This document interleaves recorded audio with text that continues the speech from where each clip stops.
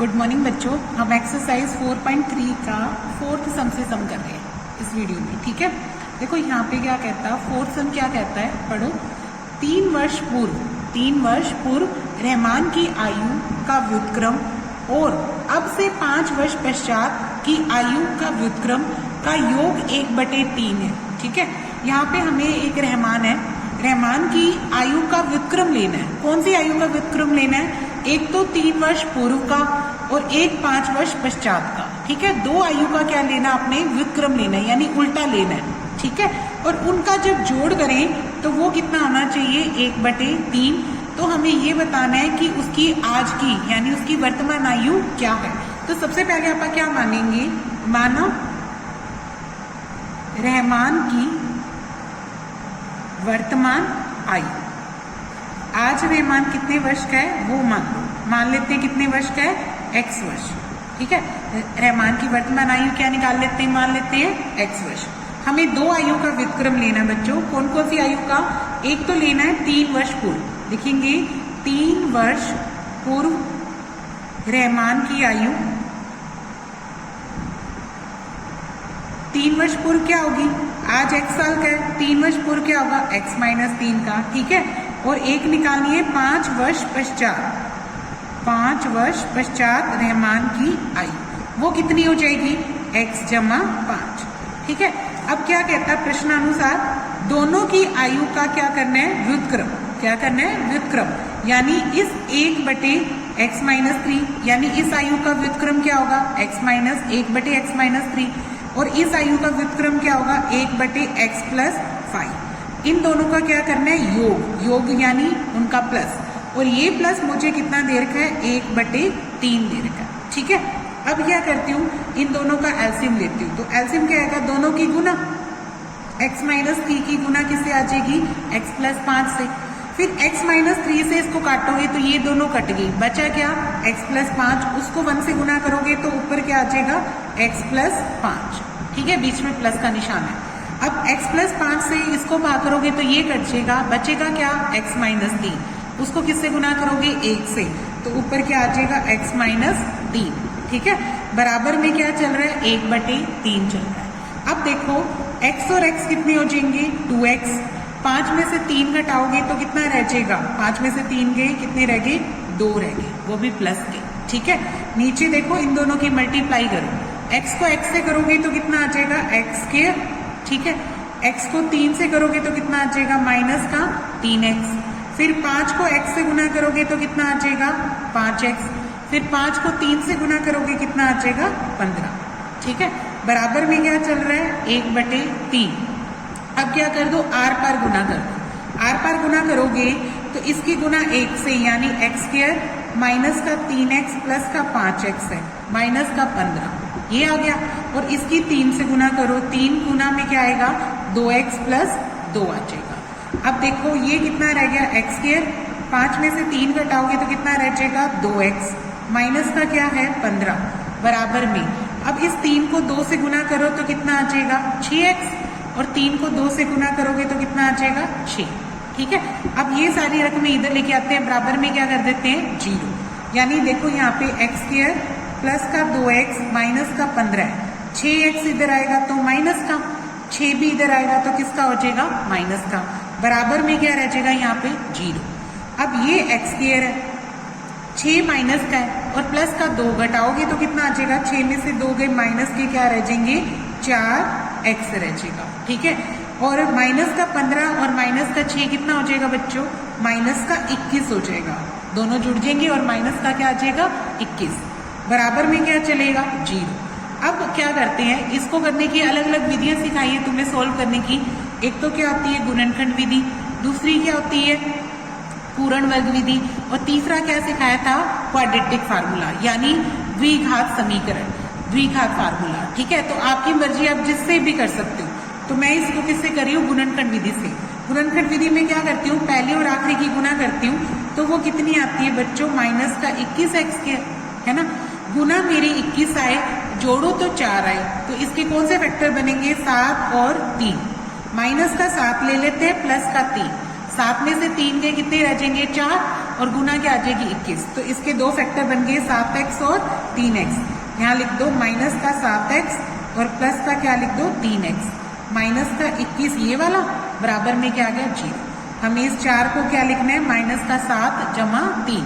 ठीक है, अब अगला स्टेप, इन दोनों में से क्या कॉमन निकलता है x, उसको बाहर निकाल लो। तो इसकी जगह क्या रह गया x और इसकी जगह क्या रह गया माइनस का 7। अब इन दोनों में से क्या कॉमन निकलता है 3 निकलता है, क्योंकि ये भी 3 पे जा रहा है ये भी 3 पे, तो 3 बाहर निकाला। इसकी जगह क्या रह गया x और इसकी जगह क्या रह गया माइनस का 7। तो एक गुणनखंड तो बन गया x माइनस 7 और दूसरा गुणनखंड क्या बन जाएगा x प्लस 3। इन दोनों को लिख देंगे अपन जोड़ के, बराबर में क्या आएगा 0। फिर दोनों को 0 रखते हैं। यदि x माइनस 7 को 0 रखते हो तो x का मान कितना आया भाई 7, या आप x प्लस 3 को 0 रखते हो तो x का मान कितना आया -3। ठीक है, दो एजेस आ रही है, लेकिन ये जो आयु है ये तो क्या आ रही है ऋणात्मक ना, कभी भी किसी की आयु माइनस में होती है नहीं। तो लिखेंगे आयु ऋणात्मक नहीं हो सकती, नहीं हो सकती, इसलिए रहमान की वर्तमान आयु कितनी बन जाएगी 7 वर्ष। ठीक है, रहमान की वर्तमान आयु कितनी बन जाएगी 7 वर्ष। ये इसका आंसर हो जाएगा। अब अगला सवाल देखो बच्चों क्या कहता, एक क्लास टेस्ट में शेफाली के गणित और अंग्रेजी में प्राप्त किए गए अंकों का योग कितना है 30। ठीक है, एक क्लास टेस्ट है, उसमें गणित और अंग्रेजी में दोनों का जोड़ 30 है। ठीक है, शेफाली के मार्क्स गणित और अंग्रेजी में कितने हैं 30। तो आप क्या करते हैं, मान लो गणित में x है तो अंग्रेजी में कितने रह जाएंगे 30 माइनस x। ठीक है, तो आप उसके दोनों मार्क्स मान लेते हैं। माना शेफाली के गणित के अंक, अगर गणित में कितने मानते हैं x, तो शेफाली के अंग्रेजी में कितने आ जाएंगे 30 माइनस एक्स आ जाएंगे। कितने आ जाएंगे 30 माइनस एक्स, क्योंकि दो टोटल 30 है। ठीक है, फिर क्या करते हैं प्रश्नानुसार, देखते हैं क्या बोलता है। देखो पढ़ो क्या कहता, वो कहता यदि गणित में 2 अंक अधिक दे दे, गणित में है कितने x, अगर 2 अंक ज्यादा दे देंगे तो कितने हो जाएंगे x जमा 2। ठीक है, फिर क्या कहता अंग्रेजी में 3 अंक कम कर दे। अब कितने मिले हैं 30 माइनस एक्स, तो 30 माइनस एक्स में कितने कम कर दो 3। ठीक है, फिर क्या कहता दोनों की अंकों की गुना, अब जो आई उनकी गुना करनी है और बराबर कितना रखना है 210 की। तो इन दोनों की जो गुना है वो बराबर किसके रखनी है बच्चों 210 की। ठीक है, करो देखो ये तो क्या है x जमा 2 ही है। अब 30 में से 3 घटाएं तो कितना रह जाएगा 27 रह जाएगा। 27 माइनस क्या बन गया x बन गया, बराबर में क्या चल रहा है 210। ठीक है, अब इनकी गुना करो, 27 को x से करेंगे 27x आएगा, 27 को 2 से करोगे तो प्लस का 54 आएगा। ठीक है, फिर x को x से करोगे माइनस का x स्क्वायर आएगा, फिर x को 2 से करोगे तो माइनस का 2x आएगा, बराबर में क्या चलेगा 210। अब 27 में से 2 गए कितने रह जाए, एक तो माइनस का x स्क्वायर बच गया।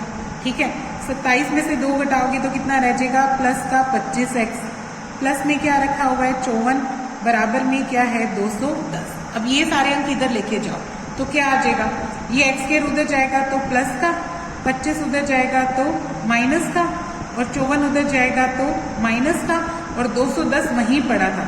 ठीक है, 210 यहीं पड़ा था, ये सारे अंक उधर लेके गए आप, माइनस का x स्क्वायर इधर जाके प्लस का 25 उधर जाके माइनस का, प्लस का 54 उधर जाके माइनस का, तो इधर क्या रह गया कुछ नहीं, बराबर में क्या रह जाएगा 0। ठीक है, अब देखो x स्क्वायर सबसे आगे लिख लो, माइनस का 25x है। अब इनको घटा दो, 10 में से 4 गए कितने रह जाएंगे 6, इधर रह जाएगा 10, 10 में से 5 गए 5 और 1, 156 रह जाएगा, बराबर में क्या आ जाएगा 0। अब हमें गुणनखंड बनाने हैं जिनकी गुना तो क्या है 25 और जोड़े तो कितना, गुना था 156 और जोड़े तो कितना है 25, क्योंकि देखो पहली और आखिरी की गुना कितनी आ रही है प्लस का 156 आ रही है x स्क्वायर, और जोड़ू तो कितना है 25। तो देखो 56 के अगर 156 के अगर आप गुणनखंड करके देखें तो ये जैसे 3 के बारे में जा रहा है या 2 के बारे में करते हैं तो ये जाएगा 2 7 14, 2 8 16, फिर 2 के बारे में करती हूँ 2 3 6, 2 9 18, फिर 3 के बारे में करती हूँ 13, आगे नहीं जाएगा। फिर 2 दूनी 4, 4 3 12। तो इसके दो गुणनखंड बन रहे हैं 12 और 13। ठीक है, 12 और 13 की गुना तो यही आएगी बच्चों, और 12 और 13 को जोड़ेंगे तो कितने आएंगे 25। तो इसके दो गुणनखंड कौन से बने, माइनस का 12 और माइनस का ही 13। माइनस माइनस क्यों किया, क्योंकि गुना अपने आप क्या आ जाएगी प्लस की। जब आप माइनस और माइनस की गुना करेंगे तो क्या बन जाएगा प्लस। ठीक है, और 12x और 13x की जो गुना क्या आएगी 156, और जोड़ेंगे तो कितना आएगा माइनस का 25 ही आएगा ना। तो ये इसके गुणनखंड बन गए। प्लस में क्या चल रहा है 156 बराबर 0। अब इन दोनों में से x कॉमन निकालो तो इसकी जगह x रह गया, इसकी जगह क्या रह गया माइनस का 12। अब इन दोनों में से क्या निकल रहा है माइनस का 13। क्या कॉमन निकालोगे माइनस का 13। जब माइनस का 13 निकाला तो यहाँ क्या रह जाएगा x, इसको माइनस 13 से भाग करोगे तो क्या आएगा माइनस का 12। ठीक है, हमेशा ये ब्रैकेट क्या होनी चाहिए एक जैसी होनी चाहिए। तो वही तुमने कॉमन निकालना होता है ताकि ये बच जाए, एक जैसा बचे। ठीक है, तो एक फैक्टर क्या बन गया x माइनस 12 और दूसरा फैक्टर क्या बन गया x माइनस 13। तो फिर लिखो यदि x माइनस 12 0 है तो x का मान कितना आ जाएगा 12, और या फिर x माइनस 13 0 है तो x का मान कितना आ जाएगा 13। यानी यदि गणित के अंक अगर आप 12 लेते हैं तो अंग्रेजी के कितने हो जाएंगे, अंग्रेजी के अंक 30 माइनस 12 यानी 18 अंक हो जाएंगे। ठीक है, यदि गणित के अंक 13 है तो अंग्रेजी के अंक कितने हो जाएंगे 30 माइनस 13 यानी 17। तो इसके दो आंसर निकल गए, एक तो 30 माइनस 12 करके 18 आ सकते हैं, या ये आ सकता है 30 माइनस 13 करके 17। ये दोनों ही आंसर आएंगे बच्चों, ये भी आंसर वैलिड है और ये भी। ये जरूरी नहीं है कि दोनों आंसर कटे, किसी में एक आएगा किसी में दो भी आ सकते हैं। ठीक है, तो अगला सवाल कर रहे हैं आप, छठा सवाल पढ़ो सभी। क्या कहते हैं देखो, क्या कहता कि एक आयताकार खेत का विकर्ण उसकी छोटी भुजा से 60 मीटर अधिक लंबा है। ठीक है, तो एक आयताकार क्या बनाओ, खेत बनाओ। ये आयताकार खेत है, इसमें ये क्या है इसकी लंबाई, ये क्या है चौड़ाई, और ये क्या है इसमें विकर्ण, ये वाला विकर्ण बन जाएगा। ठीक है, देखो पढ़ो क्या कहता, इस आयताकार खेत में जो उसका विकर्ण है वो सबसे छोटी भुजा से कितना है 60 मीटर। ठीक है, और बड़ी भुजा छोटी भुजा से 30 मीटर अधिक है। तो यहाँ पे तीन चीजें हैं बच्चों, एक तो छोटी भुजा ये वाली, एक बड़ी भुजा, और एक ये क्या है विकर्ण। ठीक है, मान लो ये छोटी भुजा x है, ये छोटी भुजा क्या मान ली x, तो बड़ी भुजा क्या आएगी x में 30 जोड़ के। ठीक है, और विकर्ण कितना आ जाएगा x में 60 जोड़ के। ये कह रहा है, देखो क्या कह रहा है, माना छोटी भुजा कितनी मान ली x मीटर। ठीक है, तो बड़ी भुजा कितनी आ जाएगी, बड़ी भुजा x जमा 30 आ जाएगी। कितनी आ जाएगी x जमा 30 मीटर। ठीक है, और इसका जो विकर्ण है, विकर्ण कितना आ जाएगा x जमा 60 मीटर। विकर्ण कितना आ जाएगा x जमा 60 मीटर। ठीक है, देखो आयत है तो आयत का प्रत्येक कोण क्या होता है 90 डिग्री का, है ना। तो इसका मतलब हम क्या लगा सकते हैं यहाँ पे पाइथागोरस, क्या लगा सकते हैं पाइथागोरस। तो यहाँ पे लिख देना पाइथागोरस प्रमेय से। देखो पाइथागोरस प्रमेय में क्या पढ़ा हुआ है तुम लोगों ने, 90 के सामने वाली भुजा क्या होती है बच्चों कर्ण, ये वाला क्या होता है लंब, और ये वाला क्या होता है आधार। ठीक है, तो कर्ण का जो वर्ग है वो किसके बराबर होता है, लंब का वर्ग जमा आधार का वर्ग। ये पढ़ा है ना, तो यहाँ पे देखो वही यूज करेंगे। कर्ण कौन सी भुजा बनेगी x जमा 60, उसका वर्ग लिख दो। लंब कौन सी बनेगी x का वर्ग। ठीक है, आधार कौन सा बनेगा x जमा 30 का वर्ग। ठीक, वर्ग खोलो। देखो a प्लस बी के स्क्वायर का फार्मूला खोलो, a स्क्वायर यानी x का वर्ग, b स्क्वायर यानी 60 का वर्ग, फिर 2ab 2 इंटू एक्स इंटू 60 आएगा, ठीक है। a का वर्ग, b का वर्ग और 2ab आ जाएगा। इधर भी देखो क्या है, x का वर्ग तो ऐसे ही, इसको भी इसी फार्मूले से खोलो, a का वर्ग x का वर्ग आ जाएगा, b का वर्ग 30 का वर्ग आ जाएगा, फिर 2ab 2 इंटू एक्स इंटू क्या आ जाएगा 30 आ जाएगा, ठीक है। ये 2ab बन जाएगा। तो देखो x के वर्ग से x का वर्ग तो कट गया क्योंकि ये दोनों बराबर में है, इधर लाओगे तो माइनस का हो जाएगा, इसलिए काट सकते हैं आप इसको। ये कितना रह जाएगा, 60 का वर्ग कितना होता है 3600, 60 को 2 बार गुना करो कितना आ जाएगा 3600, फिर 60 को 2 से गुना करोगे तो कितना आ जाएगा 120 x आ जाएगा। यहाँ पे क्या है x का वर्ग है, 30 का वर्ग कितना होता है, 30 को 2 बार गुना करो, 30 को 30 से गुना करेंगे तो कितना आ जाएगा 900, और 3 दूनी 6 यानी 60x आ जाएगा। अब एक तरफ कर लो या ये उधर ले जाओ, यहाँ क्या रह जाएगा बच्चों 0, यहाँ क्या है x स्क्वायर है, प्लस का 900 है, प्लस का 60x है, ये 3600 उधर जाएगा तो माइनस का, ये 120 उधर जाएगा तो ये भी किसका हो जाएगा माइनस का, ठीक है।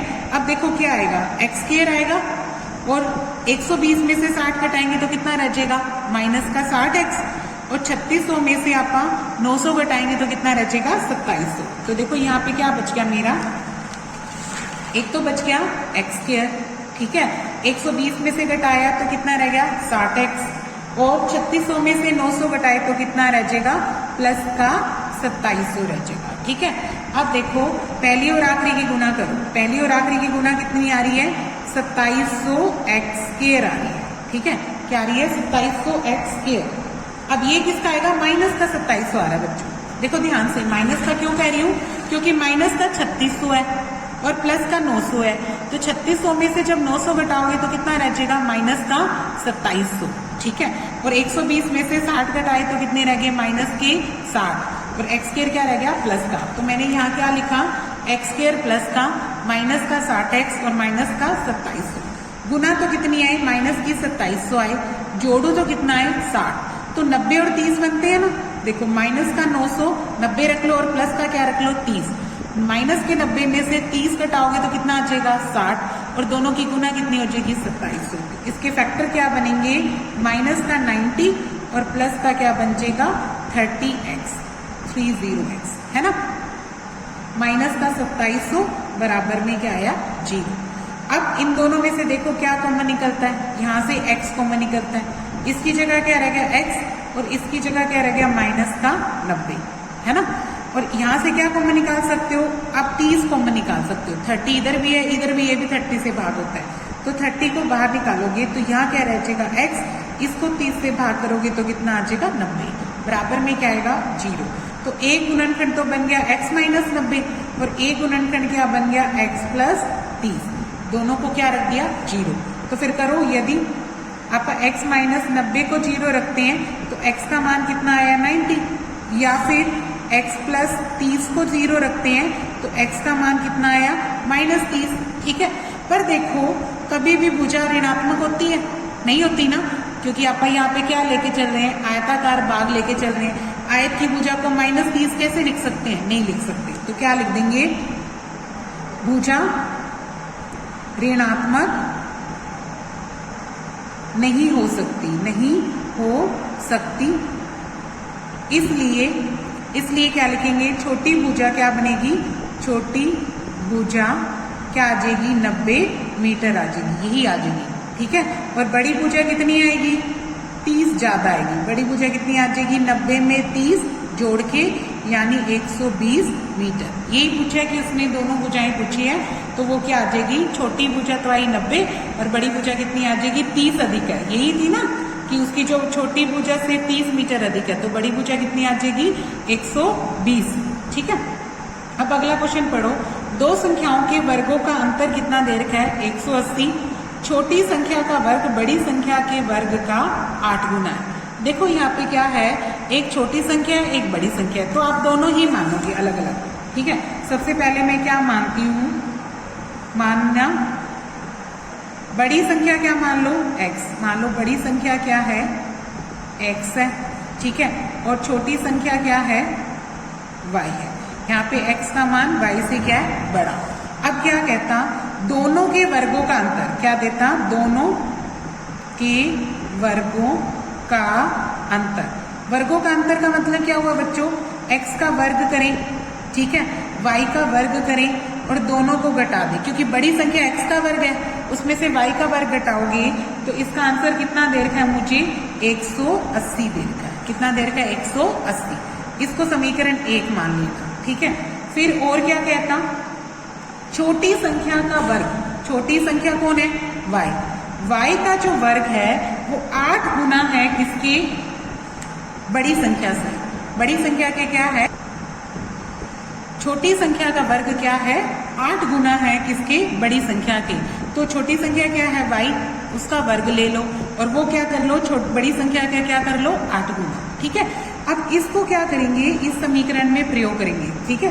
तो लिखेंगे समीकरण 2 का प्रयोग 1 में करने पर करो। देखो यहाँ एक्स स्क्वायर का तो क्या है, एक्स स्क्वायर। अब आप इस वाई स्क्वायर को क्या लिख सकते हैं, 8x। क्या लिख सकते हैं, 8x। माइनस का निशान है तो माइनस लगा लो और यहाँ क्या लिख लो, 8x लिख लो। फिर बराबर में क्या चल रहा है, 180। अब 180 को इधर लेके आओ तो ये क्या आ जाएगा, प्लस का 180 इधर आके किसका हो जाएगा, माइनस का। बराबर में क्या रह जाएगा, 0। अब क्या करो, गुणनखंड बनाओ। पहली और आखिरी की गुना कितनी आती है बच्चों, माइनस का 180, ठीक है, और जोड़े तो कितना है, 8। तो इसके सीधे सीधे फैक्टर बन रहे हैं, देखो 18 और 10। 18 और 10 को घटाएं तो 8 ही बचता है, ठीक है। और दोनों की गुना क्या आएगी, माइनस का 180। तो इसके दो फैक्टर बना लिए मैंने, माइनस का 18x और प्लस का क्या लिख दिया, 10x, ठीक है। और माइनस का 180 बराबर क्या आया, 0। अब देखो नेक्स्ट, इन दोनों में से क्या कॉमन निकलता है, यहाँ से x कॉमन निकालें तो ये क्या आएगा, x माइनस 18, ठीक है। और इसमें से क्या कॉमन निकालें, 10, तो यहाँ पे भी क्या रह गया, x माइनस 18 बराबर में क्या आ जाएगा, 0। तो एक गुणनखंड तो क्या बन गया बच्चों, x माइनस 18, ठीक है, दोनों में जो कॉमन है। और दूसरा गुणनखंड क्या बन गया, x प्लस 10 बराबर में क्या है, 0। अब दोनों का मान 0 रखते हैं। यदि आप x माइनस 18 को 0 रखते हैं तो x का मान कितना आता है, 18 आता है, ठीक है। और यदि x माइनस x प्लस 10 को अगर आप 0 रखते हैं तो x का मान कितना आया, माइनस 10, ठीक है। x का मान माइनस 10 तो हो नहीं सकता, क्यों नहीं हो सकता, क्योंकि देखो वाई स्क्वायर है वो मुझे क्या दे रखा है, 8x दे रखा है ना। तो मैं इसको 8 गुना माइनस 10 करूंगी तो ये कितना आ जाएगा, माइनस का c। तो किसी भी संख्या का वर्ग क्या क्या हो सकता है, माइनस का हो सकता है, नहीं। लिखेंगे वर्ग कभी भी ऋणात्मक नहीं होता, ऋणात्मक नहीं होता। इसका मतलब क्या हुआ, यही संख्या बनेगी, x का मान क्या बनेगा, 18। इसलिए जो बड़ी संख्या है वो क्या आएगी बच्चों, बड़ी संख्या कितनी आ जाएगी, 18। अब क्या निकालेंगे, छोटी संख्या। छोटी संख्या क्या थी, वाई स्क्वायर क्या था, 8x था ना, इसमें भरो। देखो वाई स्क्वायर का मान क्या था, 8x, ठीक है। तो वाई स्क्वायर की वैल्यू क्या आ जाएगी, 8 इंटू 18। 8 इंटू 18 करोगे तो कितना आ जाएगा, 144। तो जब y निकालोगे तो वर्गमूल कर दोगे और 144 का वर्गमूल कितना आ जाएगा, 12 मीटर। 12 आ जाएगा, क्या आ जाएगा, 12। बड़ी संख्या क्या, छोटी संख्या क्या आ जाएगी, 12, ठीक है। बड़ी संख्या आई 18, तो 18 को जब 8 से किया तो 144 आया। फिर 144 का अंडर रूट कर दिया तो y की वैल्यू कितनी आ जाएगी, 12। यानी छोटी संख्या कितनी आ गई बच्चों, 12। अब इसका 8वां सवाल देखो क्या कहता है, एक रेलगाड़ी एक समान चाल से 360 किलोमीटर की दूरी तय करती है, ठीक है। एक समान चाल से चलती है और कितनी दूरी तय करती है, 360। अब कहता है यदि अगर आप उसकी चाल 5 किलोमीटर प्रति घंटा से अधिक कर दे तो उसी यात्रा में उसे 1 घंटा क्या लगता है, कम समय लगता है। क्या लगता है, अगर आप स्पीड बढ़ा देंगे तो नेचुरली है ना, आप जल्दी पहुंच पाएंगे। तो जो जितना समय पहले लग रहा था अब उससे 1 घंटे क्या लगेगा, कम समय लगेगा, ठीक है। तो हमें उस रेलगाड़ी की क्या निकालनी है, चाल। तो हम क्या मानते हैं बच्चों, सबसे पहले लिखते हैं माना रेलगाड़ी की चाल। माना रेलगाड़ी की चाल, पहले मान लेते हैं x किलोमीटर प्रति घंटा, ठीक है। और दूरी कितनी दे रखी है, दूरी दे रखी है हमें 360 किलोमीटर, 360 किलोमीटर। ठीक है, तो आप समय कैसे निकालते हैं? सबने पढ़ा हुआ है, समय का फार्मूला क्या होता है? दूरी बटा 4। समय का फार्मूला क्या होता है? दूरी बटा 4, यानी 360 बटे क्या आएगा? x। ये क्या आ जाएंगे? घंटे आ जाएंगे, समय आ गया। ठीक है, यदि अगर हम रेलगाड़ी की चाल बदल जाती है, ठीक है, यदि रेलगाड़ी की चाल क्या हो जाए?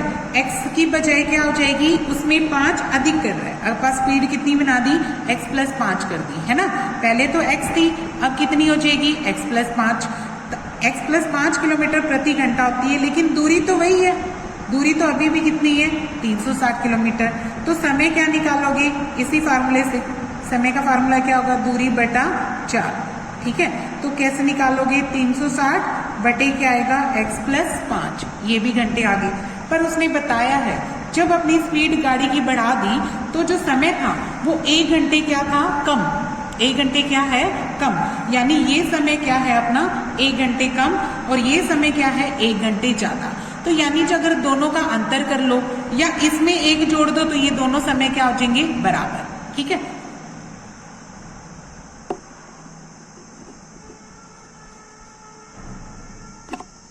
देखो इस दोनों को अंतर करते हैं, 360 बटे x माइनस क्या कर देंगे आप? 360 बटे x प्लस 5। ठीक है, दोनों का अंतर कितना आ जाएगा? 1 घंटा। यही कहा ना उसने कि ये समय इस समय से क्या है? 1 घंटा कम है, तो ये वाला घंटा कम है, इस वजह से ये समय ज्यादा हुआ, तो बड़े में से छोटा घटाओगे तो बराबर में क्या आ जाएगा? 1 घंटा। अब दोनों का एलसीएम ले लो। एलसीएम क्या आएगा? दोनों की गुना। x की गुना किससे हो जाएगी? x प्लस 5 से। अब x को जब इससे काटेंगे तो x कटेगा, x प्लस 5 बचेगा, उसको आप 360 से क्या कर लेते हैं? गुना कर लेते हैं। तो ये कितना आ जाएगा? 360 गुना x प्लस 5 आ जाएगा। ठीक है, देखो x से भाग के ये कट गया, इसको 360 से गुना। अब x प्लस 5 से करोगे तो ये कट जाएगा, बचेगा क्या? x। तो इसको क्या करेंगे? 360 से गुना करेंगे तो ये कितना आ जाएगा? 360 x आ जाएगा। बराबर में क्या चल रहा है? 1 घंटा। अब इसके नीचे भी 1 लगा लो, अंदर गुना करो, ये कितना आ जाएगा? 360x, और इसको 360 से गुना करोगे तो ये कितना आएगा? 0, फिर 3, 5 3 15 और 3 18, 1800 आ जाएगा। माइनस का क्या चल रहा है? 360x। नीचे इसकी गुना करो, x को x से करेंगे x² और x को 5 से करेंगे 5x। बराबर में क्या चल रहा है? 1 बटे। ये प्लस का ये माइनस का तो कट गया, है ना। अब देखो यहाँ पे ये 1800 बच गया, अब इसको आर पार गुना कर लो, x² प्लस 5x आ जाएगा, 1 से गुना करेंगे, और इसकी गुना 1800 से करेंगे तो गुण बराबर में क्या आ जाएगा? 1800। अब ये इधर लेके आओ बच्चों, ये इधर आएगा तो किसका हो जाएगा? माइनस का। ठीक है, अब क्या करो? आपकी मर्जी है, जो मर्जी विधि से करो। हम किससे कर रहे हैं? गुणनखंड विधि से। तो गुना कितनी आनी चाहिए? माइनस के 1800, और जोड़े तो कितना है? 5। तो देखो इसके फैक्टर बनाते हैं। देखो 1800 के अगर मैं टुकड़े करूं तो ये 90 गुना 20 आता है ना। 90 को 20 से करें तो कितना आता है? 1800, 9 दूनी 18। अब 90 के फिर से मैं टुकड़े कर रही हूँ 45 गुना 2, है ना। 45 दूनी 90 होता है, और गुना में क्या रख दिया? 20।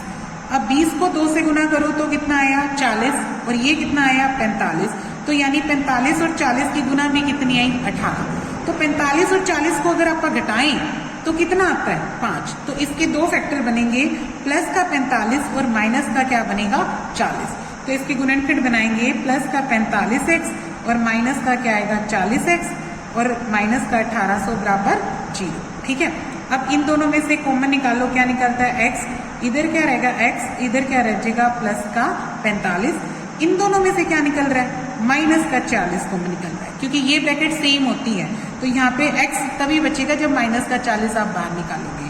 तो यहाँ क्या रह जाएगा? x। इसको 40 से भाग करूं, एक तो माइनस का निशान बदल गया प्लस में, क्योंकि माइनस से भाग करूंगी, और 40 से भाग करती है तो यहाँ क्या आएगा? 45। बराबर में क्या आ जाएगा? 0। तो एक गुणनखंड x प्लस 45 और दूसरा गुणनखंड x माइनस 40, दोनों को 0 रखती हूँ। अगर इसको 0 रखते हैं तो ये x का मान कितना देता है? माइनस 45, या फिर x माइनस 40 वाले को 0 रखते हैं तो ये हमें x का मान कितना देता है? 40। परंतु रेलगाड़ी की चाल कभी भी माइनस में हो सकती है? नहीं। तो लिखेंगे रेलगाड़ी की चाल ऋणात्मक नहीं होती। रेलगाड़ी की चाल ऋणात्मक नहीं होती, इसलिए जो गाड़ी की चाल आएगी वो कितनी आएगी, फिर पॉजिटिव वाली आएगी यानी प्लस वाली आएगी। ठीक है, इसलिए रेलगाड़ी की चाल कितनी आई, 40 किलोमीटर प्रति घंटा। ठीक है।